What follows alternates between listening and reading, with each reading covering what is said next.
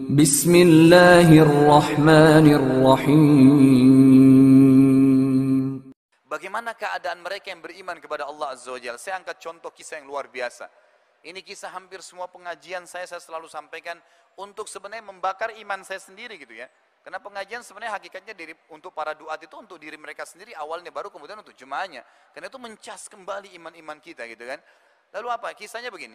Ada seorang salaful ummah, saya belum pernah temukan namanya dalam buku apapun, tapi disebutkan kisah mereka atau kisah beliau ini. Dikatakan dia lagi duduk di kemahnya di padang pasir lagi waktu makan siang. Di kemahnya dia lagi makan siang. Begitu dia mau masukkan makanan ke mulutnya, ada satu orang lari-lari dari kejauhan. Teriak-teriak, "Ya fulan, ya fulan." Lalu dia buka ya pintu kemahnya. Dia tanya, "Ada apa?" Orang itu mengatakan, "Anak Anda mati ditusuk orang." Jadi anaknya ini bukan mati biasa ya, mati dibunuh orang. Orang ini persilakan tadi tamunya masuk, kemudian dia ambil tadi suapan makanan yang belum sempat dimasukkan, lalu dia makan. Yang bawa berita penasaran, "Ya fulan, anak Anda mati ditusuk orang." Dia langsung berhentikan tangannya dan dia mengatakan kalimat begini, "Inna lillahi wa inna ilaihi raji'un." Kami milik Allah, kami hanya akan kembali kepada Allah. Lalu dia masukkan makanan ke mulutnya. Ini berita anaknya mati ditusuk orang ya. Yang bawa berita penasaran lalu mengatakan, "Ya fulan, wallahi, demi Allah, saya lihat seseorang menusuk dada anakmu, keluar darah, mati." Orang ini tadi waktu habis sementara ngunyah makanan, diberhentiin kunyahnya lalu dia bilang begini, "Inna lillahi wa inna ilaihi raji'un." Kami milik Allah, kami akan kembali kepada Allah. Lalu diambil lagi suapan, dimasukkan ke mulutnya. Artinya tetap santai. Yang bawa berita penasaran, dia bilang apa? "Demi Allah wahai fulan, yang saya bayangkan makanan depan Anda ini Anda akan buang semuanya, Anda akan lari dan balas dendam kepada siapa yang bunuh anak Anda." Mungkin kalau kita di posisi orang ini sama, gitu kan? Bagaimana caranya anaknya dibunuh teman tetap santai? Apa jawaban dia? Perhatikan, orang yang beriman kepada Allah terbentuk karakter kebahagiaan selalu dalam hatinya, walaupun dalam keadaan musibah besar datang anaknya lagi dibunuh. Dia katakan apa? "Wahai saudaraku, kami adalah kaum sekelompok orang yang beriman tentang adanya Tuhan Allah. Dan Allah Tuhan kami telah mengajarkan kepada kami kalau musibah datang, yang paling pertama adalah kami mengucapkan kalimat istirja. Inna lillahi wa inna ilaihi raji'un." Kami milik Allah, kami akan kembali kepada Allah. Dan saya sudah mengucapkan itu. Sedikit saya keluar dari kisah ini, ada sebuah hadis Nabi SAW yang berbunyi, siapa yang tertimpa musibah kemudian dia baca istirja, Inna lillahi wa inna rajiun, ditambah doanya, Allahumma ajirni fi musibati wa akhlif li khairan minha, yang artinya kami milik Allah, kami akan kembali kepada Allah. Ya Allah, tolonglah saya dalam musibah saya ini dan gantikan saya yang lebih baik darinya. Kata Nabi SAW, kalau orang baca ini pasti ya, jaminan dari Nabi SAW akan diganti musibahnya menjadi kebahagiaan dan kesenangan. Kita kembali kepada kisah tadi. Orang ini mengatakan, saya sudah ucapkan kalimat istirja. Dan, perhatikan ini ya, ini iman yang luar biasa dan akidah. Dan anak saya mati ditusuk orang, itu dia mati karena ajalnya sudah datang. Kalau ajalnya belum datang, dikeroyokin dengan 1000 orang pun tidak akan mati. Siapa yang bisa meyakini ini? Orang yang beriman kepada Allah. Kalau tidak beriman tidak bisa. Kalau belum ajalnya tidak akan mati. Bahkan jemaah sekalian, saya keluar sedikit dari kisah ini. Anda perlu tahu bahwasanya segala sesuatu itu punya ajal. Bukan cuma manusia. Apa itu ajal? Kalau saya bahasakan bahasa saya pribadi ya, tanggal expire. Bukan cuma obat, kita juga begitu. Ada seorang sahabat, pembantunya pernah pecahin piring, dia marah sama pembantunya. Lalu Nabi SAW dengar, Nabi SAW mengatakan kepada pemilik rumah tadi, yang punya piring dan pembantu itu mengatakan, Nabi SAW berkata padanya, "Jangan kau marah dengan pembantumu, karena piring yang dipecahkan oleh pembantumu itu punya ajal, sebagaimana kamu punya ajal. Kalau bukan pecah di tangannya, akan pecah di tanganmu. Semua punya ajal, semua punya tanggal expire. Nggak mungkin tidak. Kalau Anda naik mobil, naik motor, bannya, motornya pecah, nggak usah marah. Dalam Islam kalau terjadi musibah, istirja, kemudian cari jalan keluarnya. Langsung Sudah tinggal ditambal atau ganti ban baru. Nggak usah lagi dibahas kenapa terjadi atau marah-marah. Karena dengan marah-marah tetap tidak kembali lagi ban kita. Dan ajal bannya memang sudah sampai. Anda kalau beli kue, potong 2 kue, pisahkan piring yang terpisah, pastikan 2 hari kemudian ada yang lebih dulu rusak dari yang lainnya. Kenapa? Ajalnya sudah datang. Baju baru dibeli, disetrika hangus. Jangan usah marah, memang sudah dasarnya ajalnya pakaian itu. Semua punya ajal. Apa yang dia katakan? Anak saya mati karena ajalnya sudah datang. Dan, perhatikan kalimat terakhir yang luar biasa. Alasan kenapa tadi dia tetap makan. Dan Tuhan kami Allah memerintahkan kami untuk menghabiskan makanan ini. Enggak boleh dibuang, mubazir. Maka saya makan makanan ini, kemudian saya akan urus jenazah anak saya. Perhatikan bagaimana orang yang beriman pada Allah terbentuk menjadi karakter yang tahu mencari jalan keluar dan tetap bahagia. Tetap makan santai biasa. Karena dia tahu hukum-hukum yang harus dia lakukan. Bagaimana dia melalui proses kehidupan ini. Itu yang pertama. Contoh yang kedua, waktu masih ada.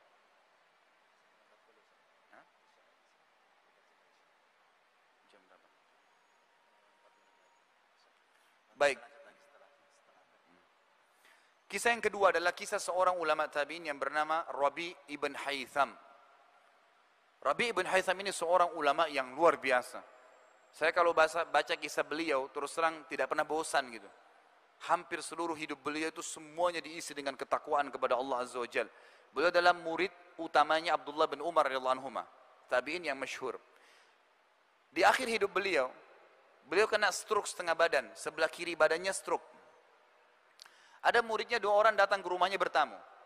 Jadi ada 4 kejadian di sini waktu itu. Datanglah muridnya, kemudian muridnya mengucapkan kalimat begini, 2 orang masuk, wahai imam.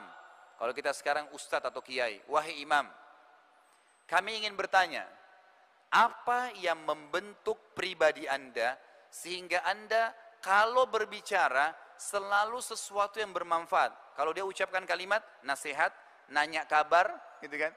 Atau memang dia berzikir, nggak ada yang lain. Jadi tidak pernah hardik orang, menghina, menggibah, memfitnah, nggak pernah. Selalu lisannya ngucapin sesuatu yang bermanfaat. Kalau bukan zikir, nanya kabarnya orang atau nasihat. Apa yang membentuk Anda sampai seperti ini?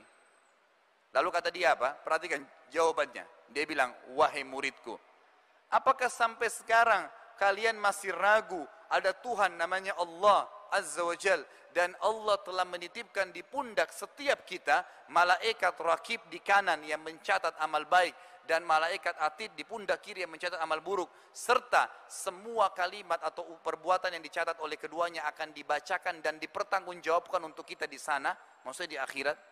Artinya yang membentuk saya sampai hati-hati begini, nggak sembarangan ngomong.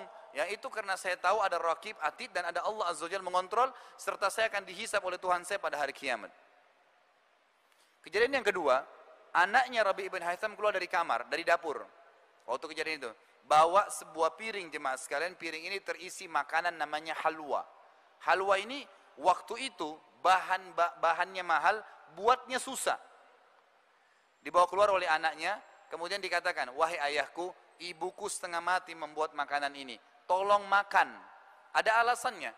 Ternyata Rabi' ibn Haytham ini saking tingginya, ya, waraknya, ya, warak itu tingkat kepekaan dalam masalah, ya, berhubungan dengan Allah Azza wa Jalla. Jadi dia tidak pernah menghardik istrinya, nggak pernah bilang, kenapa kau masak ini, kenapa kau tidak masak ini, tidak pernah bicara seperti itu. Apa yang dihidangkan dimakan, bismillah, nggak pernah rewel gitu. Sampai istrinya malu dibuatin makanan mahal ini. Udah dikasih, dihidangkan. Lalu Rabi' ibn Haytham memberikan isyarat kepada muridnya, baiklah, karena stroke setengah badan sebelah kiri, kanan masih bisa diambil. Mau diambil kue tersebut sudah dipotong-potong, muridnya juga mau ambil. Tiba-tiba ada kejadian, ada yang ketuk pintu rumahnya. Dia kasih isyarat anaknya suruh buka pintu itu. Dibuka pintunya. Waktu dibuka, jemaah sekalian, di depan pintu bukan fakir miskin ya, tapi orang gila. Rambutnya berantakan, bajunya kotor, nggak pakai sendal, dan dalam kisah ini dikatakan, dalam athar ini, dari mulutnya netes air liur yang tidak nyaman untuk dilihat. Lalu dia kasih isyarat dengan tangannya minta makan. Rabi' ibn Haytham tunjuk anaknya, suruh ambil piring tadi halwa itu, bawa ke orang gila sana. Anaknya balik, diambil piringnya, tadi halwa ini sudah dipotong-potong ya. Dia bawa ke orang gila, harapannya anaknya Rabi bin Haytham ini diambil satu potong. Begitu tiba di depan orang gila, makannya dilihat mewah, dirampas ya, bukan diambil, dirampas, lalu dimakan semuanya oleh orang gila ini, tidak cukup. Selesai makan, dilempar piringnya, nggak terima kasih, pergi. Orang gila. Kalau anda di posisi anaknya Rabi bin Haytham, apa yang anda akan lakukan gitu? Tapi orang gila, gitu kan?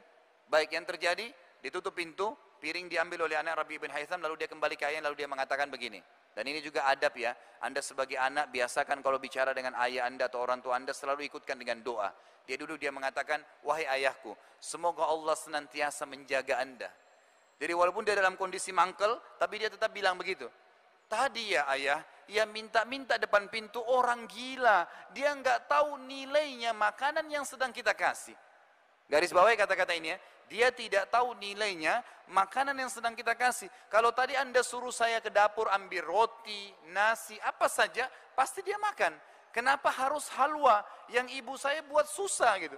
Bahannya mahal, susah buatnya gitu. Lalu yang terjadi, kata Rabi ibn Haytham, ya ini jawaban orang yang beriman berbeda ya. Dia mengatakan, ya waladi, illam yadri, fallahu yadri. Lan tanalu birra hatta tunfiqu mimma tuhibbun. Wahai anakku, kalau dia tidak tahu nilai makanan yang sedang kita kasih tadi halwa itu, mahalnya, susah buat bahannya, nggak penting buat saya, karena Allah tahu nilainya makanan itu. Lalu dia bacakan ayat, kalian tidak akan mendapatkan balasan sempurna dari pahala sampai kalian menginfakkan apa yang paling kalian cintai. Begitu terbentuk karakternya.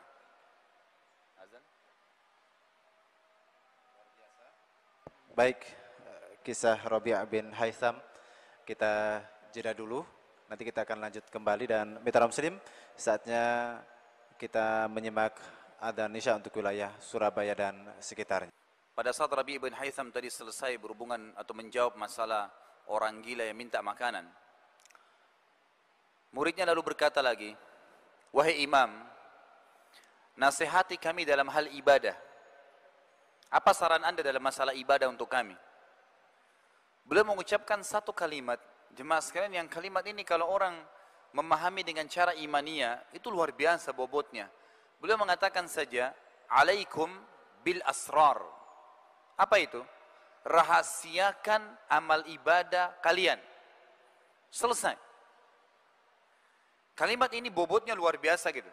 Artinya, kalau memang mau terima pahalanya pada hari kiamat, sempurna pahalanya, bisa menjadi penyebab timbangan kita berat, bisa menyebabkan masuk ke dalam surga, maka ikhlaskan niat, sembunyikan.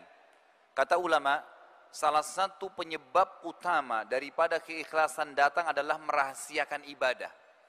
Berapa banyak orang subhanallah, badannya dikatakan, pada saat selesai sholat malam, kemudian pagi hari masuk kantor, pegel badan saya. Kenapa? Tadi malam tahajud.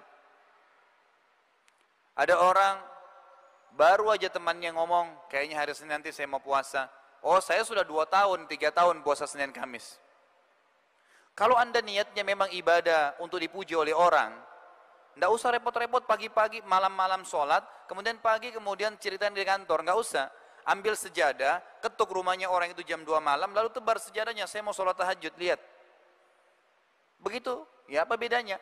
Dan ini sekaligus saya ingatkan, mudah-mudahan ini menjadi nasihat. Tolong sekali lagi, saya tadi lupa sampaikan di awal, kalau ada sesuatu yang saya sampaikan nanti di sini dalam bentuk nasihat, saya tidak pernah niatnya ingin menyinggung siapapun.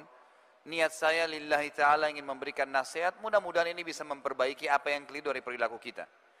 Di Indonesia ini karena sekarang berhubungan dengan musim haji, sudah menjadi tradisi kita, itu kalau pergi haji mengadakan acara walimatus safar.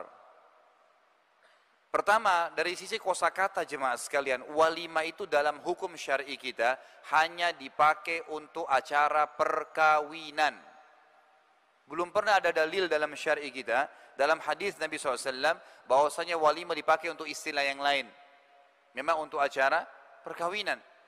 Tapi kita membuat acara, maka dibuatlah istilah walima. Penggunaan kosakata bahasa Arabnya sudah salah, tambah lagi safar supaya dikatakan benar. Sekarang saya tanya, banyak jemaah haji saya, itu kalau mau berangkat saya tanya, untuk apa Bapak Ibu adakan walima safar? Oh, untuk minta maaf Ustaz sama orang-orang. Baik, saya jawab, minta maaf itu dalam Islam diperintahkan sepanjang tahun, bukan pada saat mau haji. Oh, supaya saya didoakan Ustaz sama orang-orang. Salah. Anda yang mau ibadah pergi haji, Anda yang doakan orang. Kok terbalik minta didoain gitu? Apa bedanya orang yang adakan walimah safar mau pergi haji itu dengan orang yang mau sholat tahajud nanti malam, siang harinya undang orang makan, baru bilang begini, doain ya, nanti malam saya mau tahajud. Apa bedanya? Sama, mengiklankan ibadah, gitu kan? Padahal sebenarnya para ulama salaf kita, kalau kita dengar kisah para sahabat, para tabi'in, mereka ada yang pergi haji pulang, tidak ada yang tahu kalau dia pergi haji. Pergi umroh, nggak ada yang tahu, pergi pulang. Mereka pergi jihad, pulang dari medan perang 3 bulan kemudian, teman-temannya kira dia baru datang dari perniagaan, padahal dari medan perang. Nggak ada yang tahu. Kita subhanallah, baru ibadah sedikit saja sudah luar biasa, seluruh orang tahu. Bagaimana bisa Allah Azza wa Jalla terima itu? Sementara dalam hadis sahih riwayat Abu Daud dikatakan, "Innallaha la yaqbalu min amalin illa ma kana khalisan liwajhi." Allah tidak akan terima sebuah amal kalau kecuali kalau itu ikhlas dikerjakan. Ikhlas bagaimana disembunyikan, dirahasiakan. Kecuali memang kita harus terang-terangan, kayak sholat berjamaah itu pun kita kontrol gitu kan. Tapi masalah ibadah yang memang dasarnya disembunyikan, sholat tahajud, sholat sunnah, sedekah, apa saja ibadah yang lainnya maka dirahasiakan. Ada seorang salaful ummah 25 tahun jemaah sekalian berinfak, itu tidak ada yang tahu kalau dia yang berinfak, termasuk yang terima infaknya dia. Disebutkan dalam beberapa athar yang sahih bahwasanya ada seorang salaful ummah dari golongan tabi'in dan dari cucu Nabi SAW dulunya dari keturunan Hasan, itu memang dalam riwayat yang sahih dan memang dia adalah orang yang memahami sunnah nabinya alaihi salatu wassalam.